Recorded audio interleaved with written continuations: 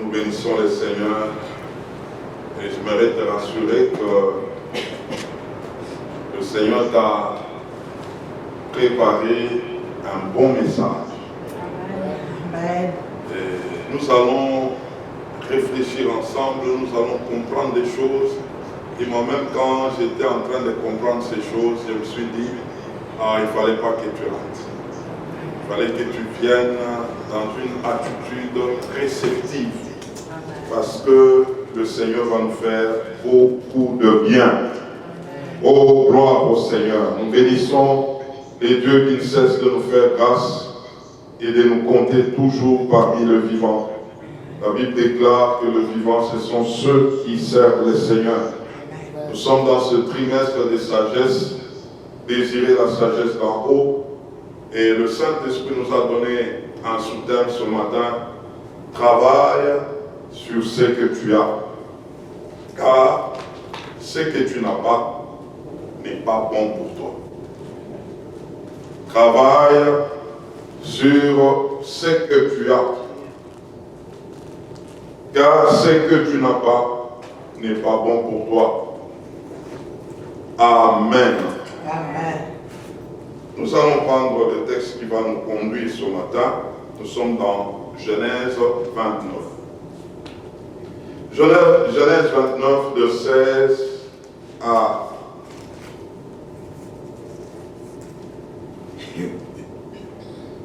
17. 16 à 17.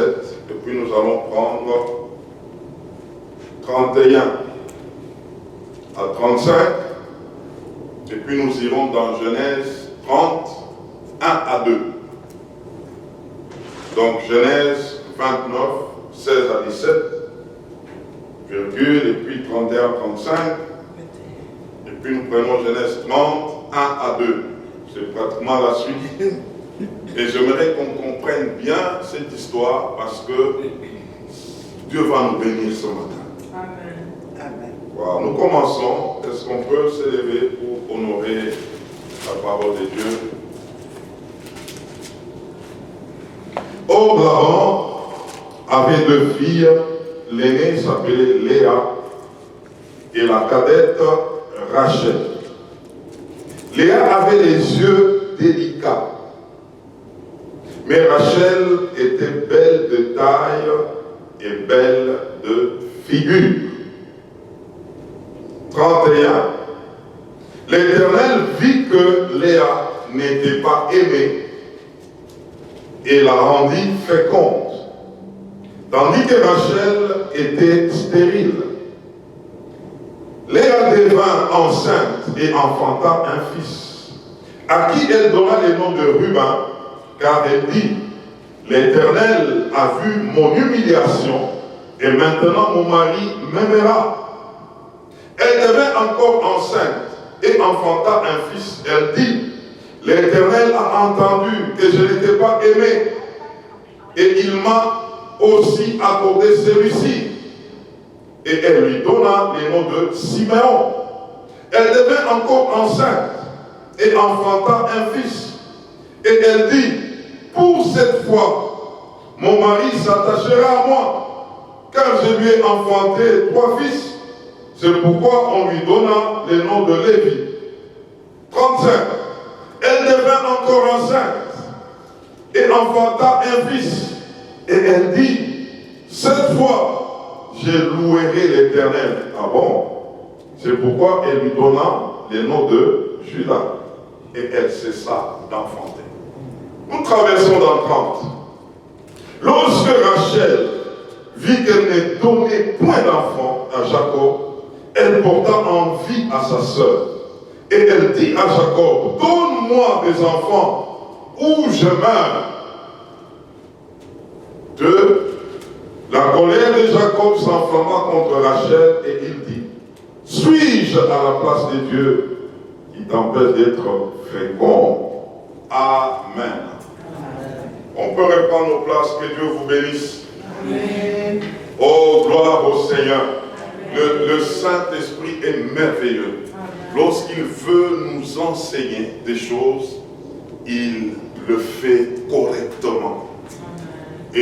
je t'annonce ce matin que tu seras béni correctement. Amen. Gloire au Seigneur.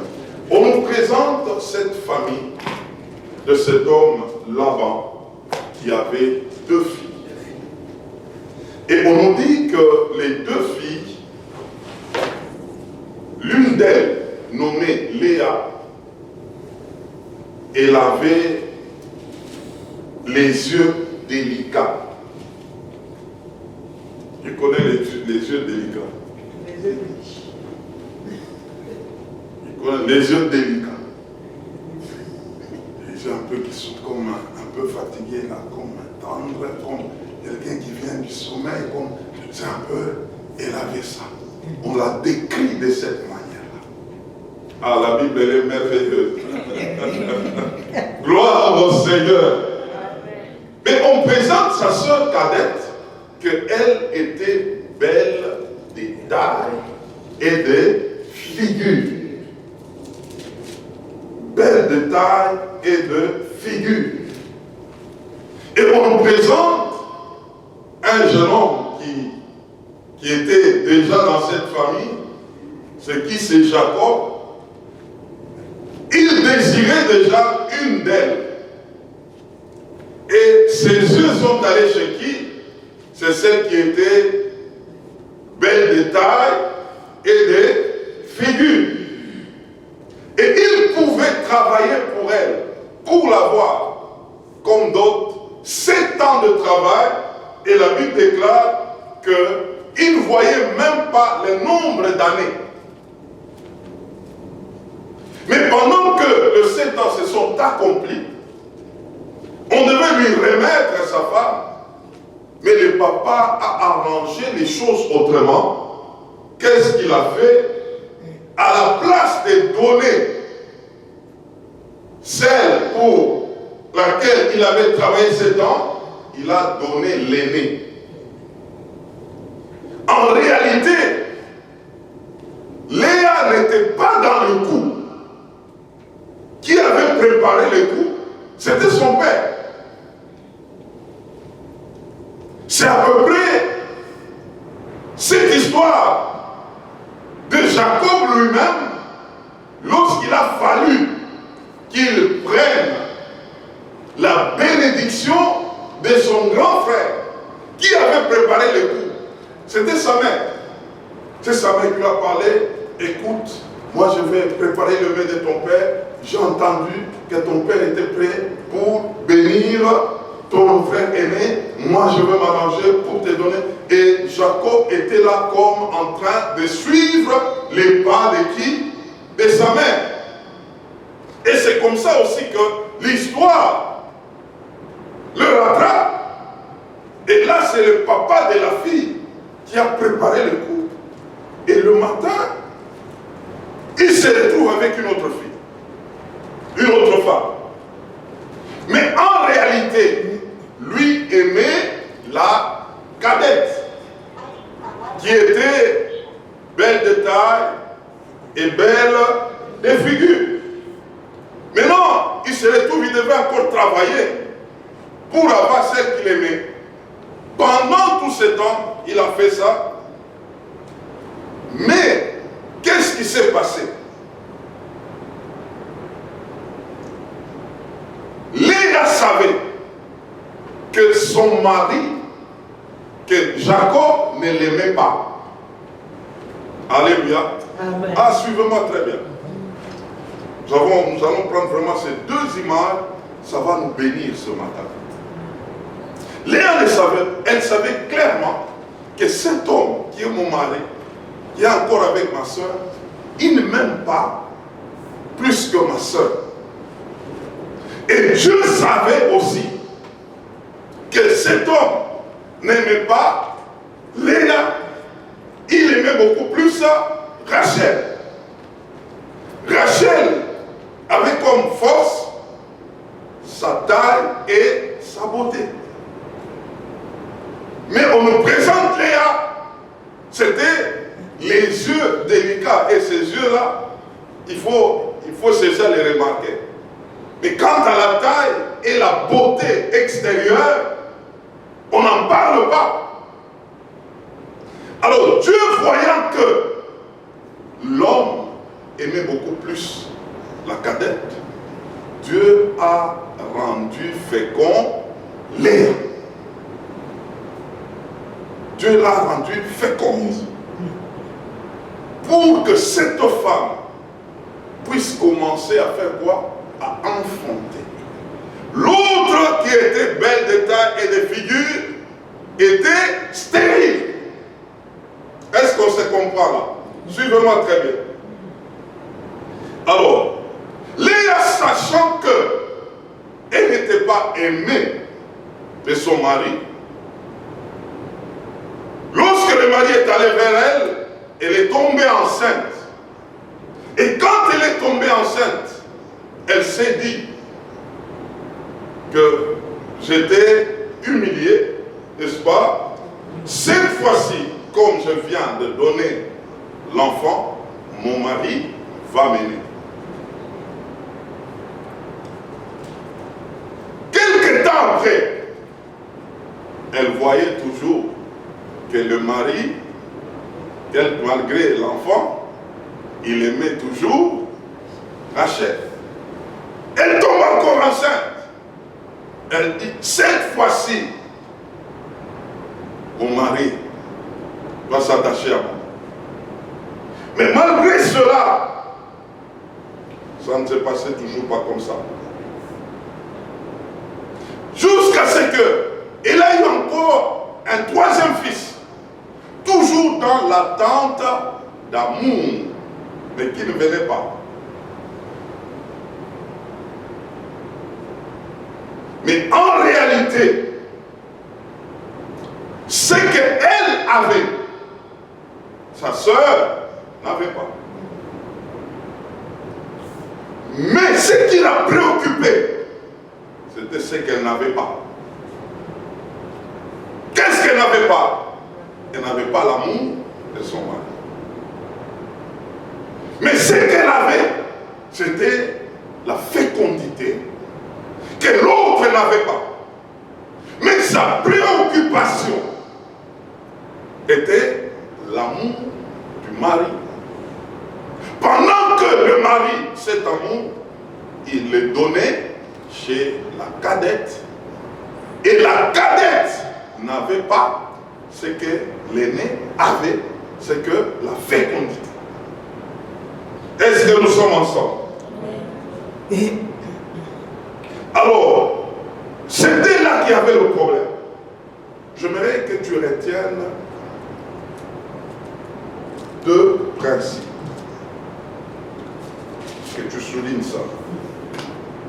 Dieu, premièrement, Dieu ne donne pas tout à une personne. Dieu ne donnera jamais tout à quelqu'un. Tout ce que Dieu pourra faire, il te donnera ce qu'il te faut. Tu ne peux pas tout avoir de toi-même. Et je t'annonce, parce que tu ne peux pas tout avoir de toi-même,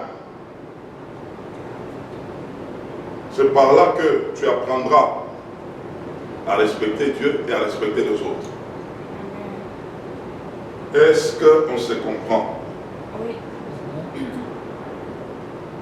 Tu peux avoir, mais pas tout. Sinon, tu n'auras pas besoin de Dieu ou tu n'auras pas besoin du prochain. Dieu te donnera toujours sur une certaine mesure pour que tu saches qu'il y a un Dieu, pour que tu saches qu'il y a aussi un prochain qui peut exister à côté de toi.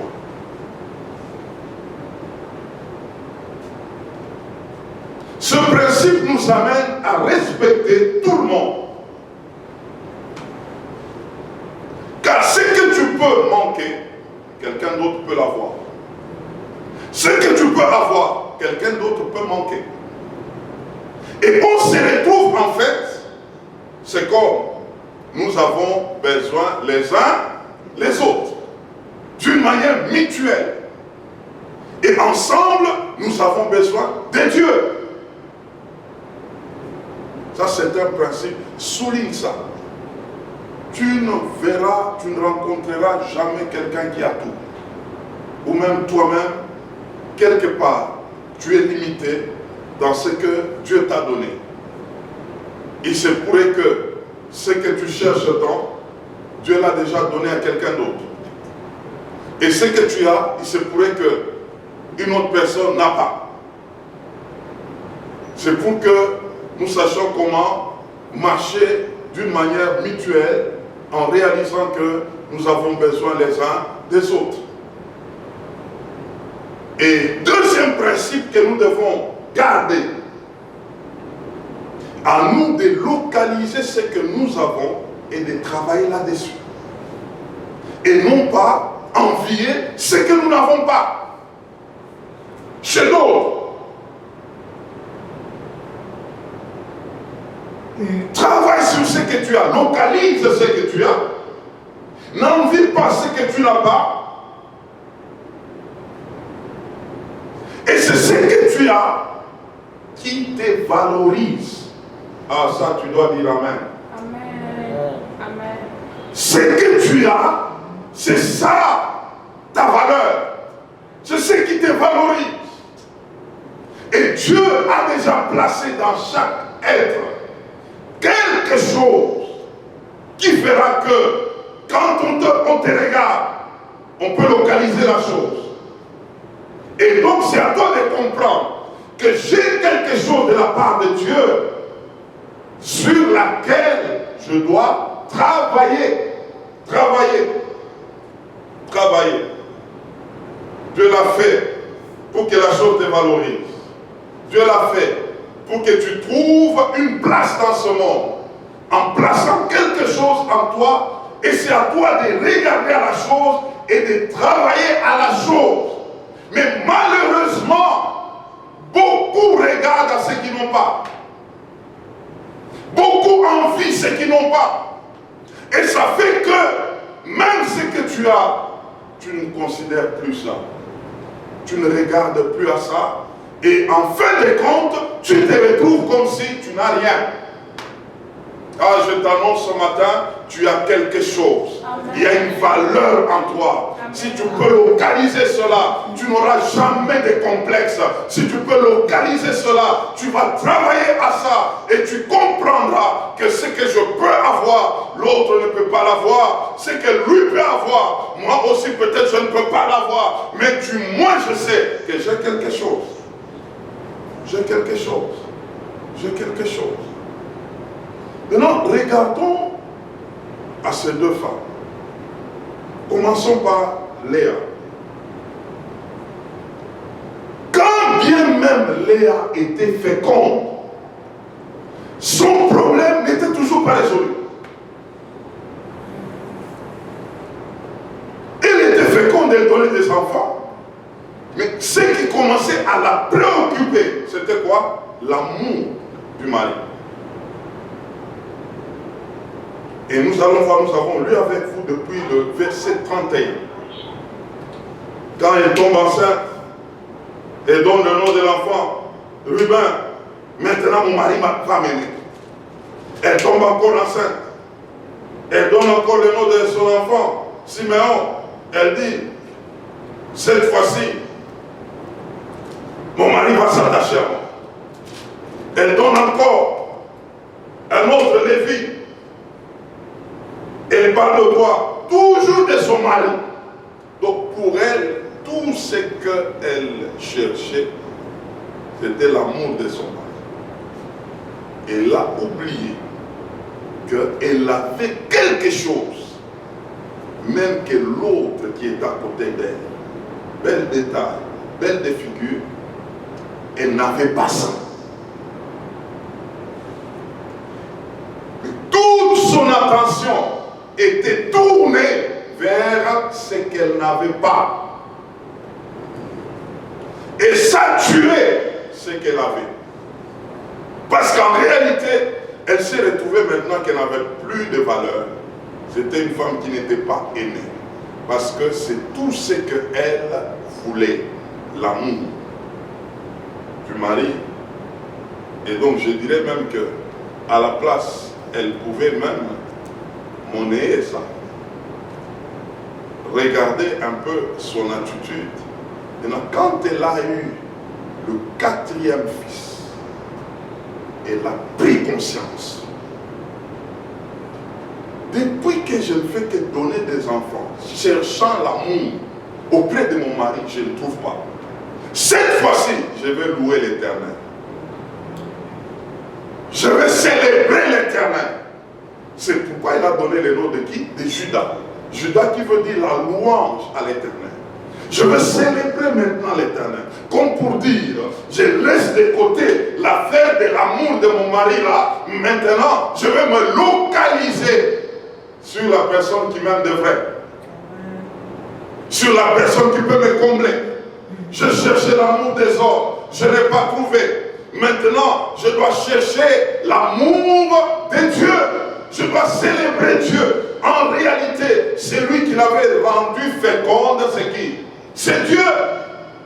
Et donc à la place, elle pouvait avoir un enfant, elle devait aller vers Dieu pour dire, je te célèbre. Je célèbre ton nom parce que tu m'as donné un enfant. Je proclame ton nom. Mais elle ne voyait pas Dieu. Elle voyait son mari. Elle voyait le mariage. J'aimerais te dire ce matin que Dieu passe avant le mariage. Waouh, waouh, waouh. Cherche l'amour de Dieu. Cherche l'amour de Dieu. Cherche ton attachement à Dieu. Cherche à servir Dieu. Ne reste pas triste, tu es en train de te dire, moi tel que je suis là, mais qui va m'aimer? Il y a quelqu'un qui t'aime de vrai. Il y a quelqu'un qui t'aime de vrai. Attache-toi à lui. Attache-toi à lui. Tout ce qu'elle cherchait, elle ne trouvait pas. Elle trouvait l'attention de quelqu'un dont le cœur était ailleurs. Cherche l'attention de Dieu et Dieu va changer les choses. Dieu va localiser les choses. Dieu va réorienter les choses. Cherche l'attention de Dieu. Et c'est pourquoi j'aimerais même parler, même à des jeunes filles, jeunes garçons, ne cherche pas les hommes. Cherchez Dieu. Et Dieu sait comment nous localiser, nous orienter. C'est Dieu. Tu vas chercher les hommes, tu n'auras pas la satisfaction. Leur amour, c'est de l'amour éphémère. L'amour de Dieu est l'amour éternel. C'est l'amour éternel. Quand elle a compris, Léa a compris, elle dit, fini, je vais commencer maintenant à louer l'Éternel. Je vais le louer parce que je vis par lui. Oh, gloire au Seigneur. Amen. Gloire au Seigneur. Gloire au Seigneur. Gloire au Seigneur. Gloire au Seigneur. Gloire au Seigneur. Maintenant, regardons Rachel. La même réaction que Léa avait, c'était la même réaction que Rachel avait. Rachel était aimée de son mari plus que sa soeur, n'est-ce pas? Mais Rachel cherchait aussi ce qu'elle n'avait pas. Qu'est-ce qu'elle n'avait pas? Les enfants. L'autre cherchait l'amour qu'elle n'avait pas, mais elle avait les enfants. Mais l'autre qui avait l'amour, ne regarde pas l'amour, cherche les enfants. Compliqué, hein? Maintenant, quand elle cherche tellement les enfants, elle est allée maintenant auprès du mari pour les menacer. Donne-moi les enfants, ou je meurs, donne-moi les enfants. L'homme lui dira, c'est comme Elkana et Anne. Anne qui voulait avoir les enfants. Elkana lui dit, mais moi je suis avec toi. Est-ce que moi je ne vaux pas plus que même 10 enfants? Mais je suis là. Non, moi seulement les enfants. Vous savez, Rachel, elle est allée vers Dieu. Elle a eu les enfants. Amen. Mais elle est morte aussi. C'est pourquoi nous avons dit, travaille sur ce que tu as. Car ce que tu n'as pas n'est pas bon pour toi. Elle est morte comment? De qui? D'un enfant. Ça, dans cet entendement de réflexion, ça m'a arrêté quelque part. Que Dieu est le seul qui connaît le vrai besoin de l'homme. Tu peux insister sur quelque chose, Dieu peut lâcher. Mais est-ce que la chose était bonne pour toi? Rachel est décédée par l'accouchement. Parce qu'elle tenait à tout prix à avoir des enfants. Mais regardons un peu, parce que nous sommes dans le trimestre de la sagesse, n'est-ce pas? Réfléchissons un tout petit peu. Elle n'accouchait pas, elle ne mourait pas. Est-ce que quelqu'un m'entend? Donc nous prenons ces contextes-là. Je ne dis pas que ne pas avoir des enfants c'est bien. Non. Nous sommes en train de réfléchir. Elle tenait tellement à quelque chose. J'aimerais avoir, j'aimerais avoir, j'aimerais avoir. Mais Dieu, dans sa préscience, il savait que la naissance avec cette femme ici, ça risque de lui poser le problème. Je donne l'amour de cet homme à la femme, comme pour dire, l'homme peut la garder même sans enfant.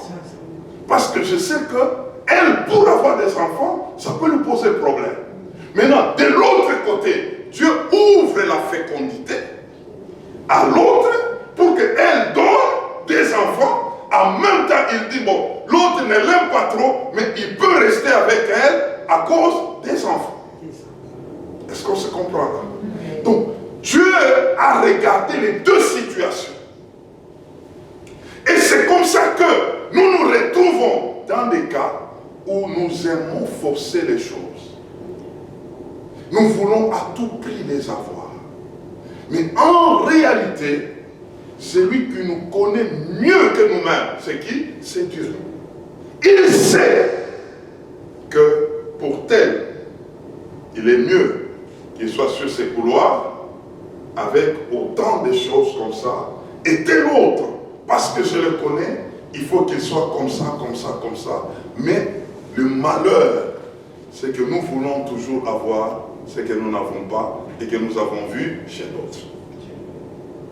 C'est ça le problème. Oh, tel a eu. Bon, en tout cas, Seigneur, moi aussi. Moi aussi. Est-ce que c'est bon pour toi? Demande pas à ton voisin. Est-ce que c'est bon pour toi? Ce que tu cherches là, est-ce que c'est bon pour toi? Est-ce que c'est bon pour toi? En ce temps où toi tu cherches ça là, moi maintenant, est-ce que maintenant là, est-ce que c'est bon pour toi? Ah, pose encore cette question là. Tu lui dis en tout cas, d'abord maintenant là, ce que tu veux là, maintenant, est-ce que c'est bon pour toi?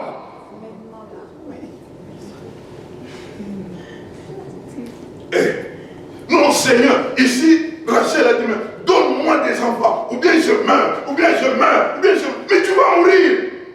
Et puis elle est morte. Donc elle avait dit, elle sait avoir les enfants, et puis mourir. Voyez comment est-ce qu'on peut insister sur quelque chose qui peut même déstabiliser tout ton avenir.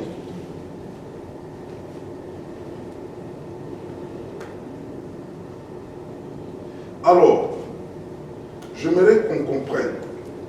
Ah, nous sommes dans le trimestre de la sagesse. Hein? Ah oui, ah oui. J'aimerais qu'on comprenne trois choses dans la sagesse de Dieu. Premièrement, retiens ça, souligne ça, la première des choses. Ta raison d'être dans ce monde, ce n'est ni de te marier, ni d'étudier, ni de travailler, ni d'avoir des choses, ni d'avoir de biens, mais de servir le Seigneur. Ah, quelqu'un me dit Amen. Amen. Est-ce que je peux reprendre ça, si vous me permettez? Je dis, ta raison d'être dans ce monde, ce n'est ni de te marier, ni d'étudier, ni de travailler, ni d'avoir des choses, ni de bâtir des empires, mais premièrement, c'est de servir le Seigneur. Souligne ça. Si tu es venu dans ce monde, la première raison, c'est que tu sois au service de qui? Du Seigneur. Tout ce qui s'appelle à mon nom, que j'ai fait, que j'ai formé pour ma gloire. Ésaïe 43, le verset 7. Dieu t'a introduit dans ce monde pour les servir d'abord. Deuxième des choses que tu dois retenir, servir Dieu, c'est d'abord chercher à connaître sa volonté et accomplir cette volonté. Servir Dieu, c'est quoi? Chercher à connaître sa volonté et puis l'accomplir. Un jour, Jean 4, le verset 34.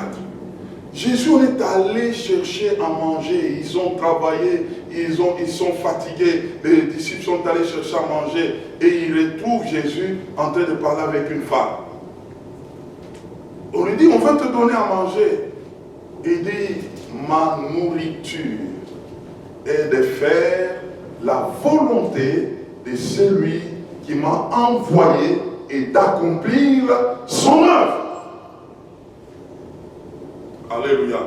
Qui aime manger ici?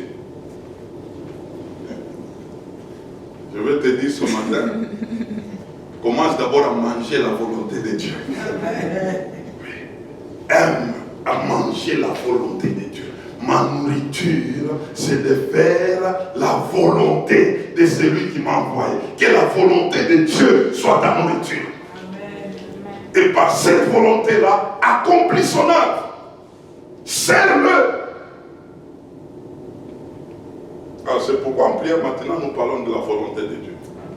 Ouais. Ce sont des choses.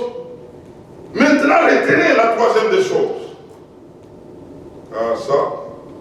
C'est dans la volonté de Dieu où on peut trouver les uns le mariage, les autres les études, les autres les affaires, les autres les biens, les autres bâtir des empires, bâtir autant de choses. On les trouve où? Dans la volonté de Dieu.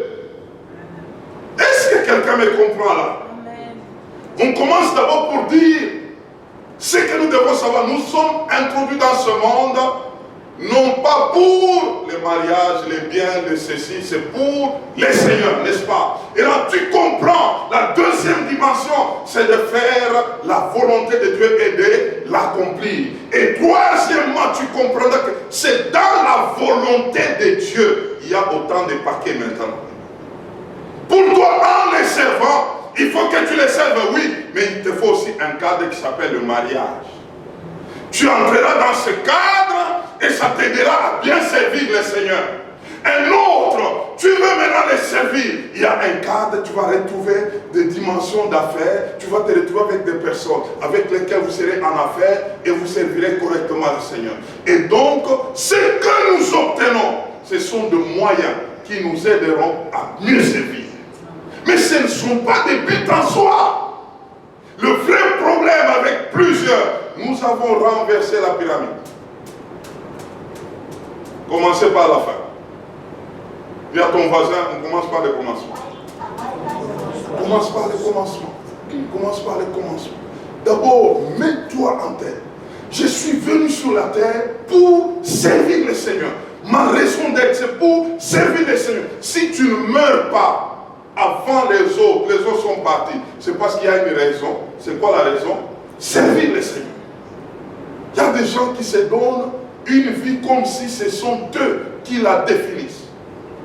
Non, bon, moi j'ai des projets, je ferai ceci, et d'ailleurs, dans 10 ans, je vais faire ceci, je vais faire cela, mais dans tout ce qu'il dit, Dieu n'est pas cité. C'est comme si tu insultais Dieu. C'est comme si tu insultais Dieu. Donc tu es là comme un kamikaze qu'on a lancé sur la terre et il devient, il commence à vivre là, il est en train de parler à gauche, à droite. Bon, je vais prendre l'avion dans un mois, je vais aller aux États-Unis, j'ai un séjour de 10 jours. Bon, je quitte là-bas, j'ai mes affaires en Afrique, je vais faire ceci ou cela. Et dans tout ça, Dieu n'est pas nommé. Tu as collaboré avec Dieu pour venir sur cette terre. La terre de Dieu, tu es en train rentres là, tu dis, ah non, non, Dieu, vos histoires là, vos histoires là. Ah bon? Dieu va dire, bon, ok, la terre et ce qu'elle renferme m'appartient. Viens, tu vas te reposer là-bas. Et d'ailleurs même, ce n'est pas se reposer. Viens, tu vas continuer à te tourmenter là-bas. Et on apprendra maintenant que la personne n'est plus. C'est comme ça que les gens meurent. Les gens meurent comme ça. Tu te dis, non, non, il était bien, mais on ne sait pas ce qui s'est passé. Non, le vrai problème, cette personne, dans toute sa manière de faire, Dieu n'est pas là. Dieu n'est pas là. Elle fait tout sans Dieu. Même convaincu à cela, j'aimerais nous dire ce matin, la raison d'être sur cette terre, c'est pourquoi servir le Seigneur. Parce que c'est lui le maître de notre souffle. Si tu te réveilles le matin, sache que Dieu a décidé de garder le souffle en toi. Amen. Tu te réveilles encore, il a résolu de garder le souffle. C'est lui qui décide de la vie de quelqu'un. Et donc tu es sur la terre pour lui. Et deuxièmement, parce que c'est pour lui, tu dois savoir quelle est la volonté de ce Dieu-là pour moi. Qu'est-ce qu'il me veut? Pourquoi je suis là? Pourquoi j'attends?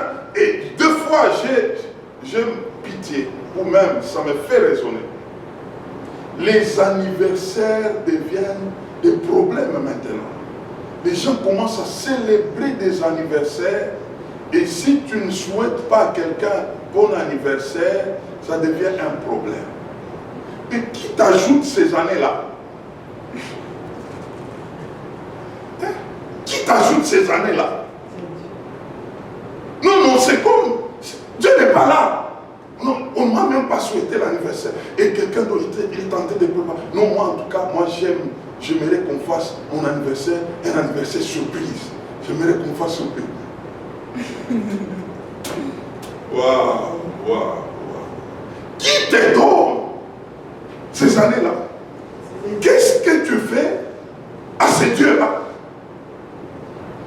On peut organiser même des fêtes. Mais Dieu, il est des côtés.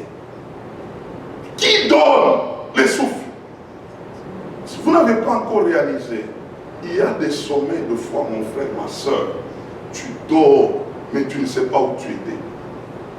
Tu sens comme si ton esprit n'était même pas là. C'est comme un repos. Et deux fois, tu te réveilles. Tu ne sais même pas à quelle heure il est.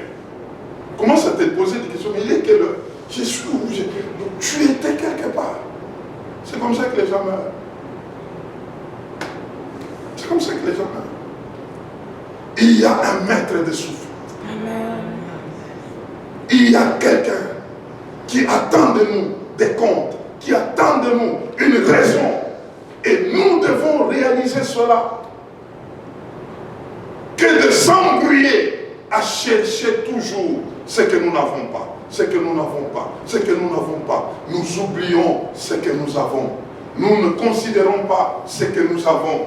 Quand Léa a compris que non, le problème ici, ce n'est pas l'affaire de cet homme. Et d'ailleurs, cet homme n'a rien fait pour que moi je sois féconde. Il y a quelqu'un qui a fait que moi je sois féconde. C'est qui? C'est Dieu. Elle a loué le Seigneur après 3 naissances. Donc sur les 3 premières naissances, elle était là en train de se plaindre, en train de chercher ce qu'elle n'avait pas. Et c'est comme ça que nous vivons aujourd'hui. Tellement que nous poursuivons des choses que nous n'avons pas, nous ne faisons que nous plaindre. Nous ne faisons que dire ce que Dieu n'a pas fait, ce que Dieu n'a pas accompli. Mais nous oublions, nous ne voyons plus ce que Dieu a déjà fait. Ce que Dieu a déjà fait. Regarde à ce que Dieu a fait. Tu vas louer Dieu. Amen. Tu vas rendre grâce à Dieu. Tu vas reconnaître que je vis par grâce. Que je suis favorisé quelque part. Rachel, la même chose. Tout ce qui l'a préoccupé, c'est ce qu'elle n'avait pas. Et c'est cette vie que nous voulons introduire dans l'église aujourd'hui. C'est comme nous avons un Dieu qui doit travailler pour nous, dans le sens que il faut qu'il fasse des choses pour nous. Il faut qu'il fasse des choses pour nous. Dieu a déjà fait ça, j'attends ça, j'attends ça, j'attends. Mais qu'est-ce que toi tu fais? Qu'est-ce que toi tu fais? Tu as toujours ta liste à toi. Ça, je l'ai déjà eu. Je verrai encore ça. Ça, je l'ai déjà eu.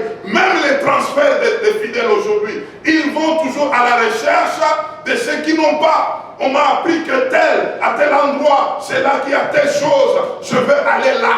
Tu ne vas pas là-bas pour Dieu, mais tu vas là-bas parce qu'on t'a dit tu peux obtenir la chose. Mais quand tu regardes bien, tu as déjà quelque chose. Tu as déjà quelque chose. Jusqu'où tu vas chercher toutes ces choses-là. Cherche Dieu. Cherche à faire la volonté de Dieu. Et c'est dans cette volonté il y a le paquet des choses qui te concernent. Selon la mesure de chacun, selon la capacité de chacun, selon l'entendement ou l'attente de chacun, celui qui sait que pour toi, ce qui est bien, c'est Dieu. Amen. Et il ne se trompe pas. Il ne se trompe pas. Il ne se trompe pas. Le monde est en train de créer la confusion même dans l'église. On se retrouve, on veut tout avoir, on se retrouve, on veut tout recevoir, tout faire, mais comprends que tu ne feras pas tout. Alléluia. Amen. Oh, gloire au Seigneur. Amen. Si tu veux avoir tout ce que tout le monde a, tu vas vivre comment? Tu vas vivre comment? Tu regardes l'autre, moi aussi je vais avoir ça. Tu regardes l'autre, ça aussi moi je dois avoir. Tu regardes, mais finalement tu vas vivre comment? Ça devient compliqué. Vous savez c'est pourquoi il y a même des gens qui ont des choses, mais ne les utilisent jamais. Parce qu'on voulait seulement les avoir. Amen et les mamans. Amen. Amen. Amen. C'est comme s'il y a quelqu'un qui doit voyager. Il y a des valises dans la maison. Non, la personne ne voyage pas. Ce sont ses histoires.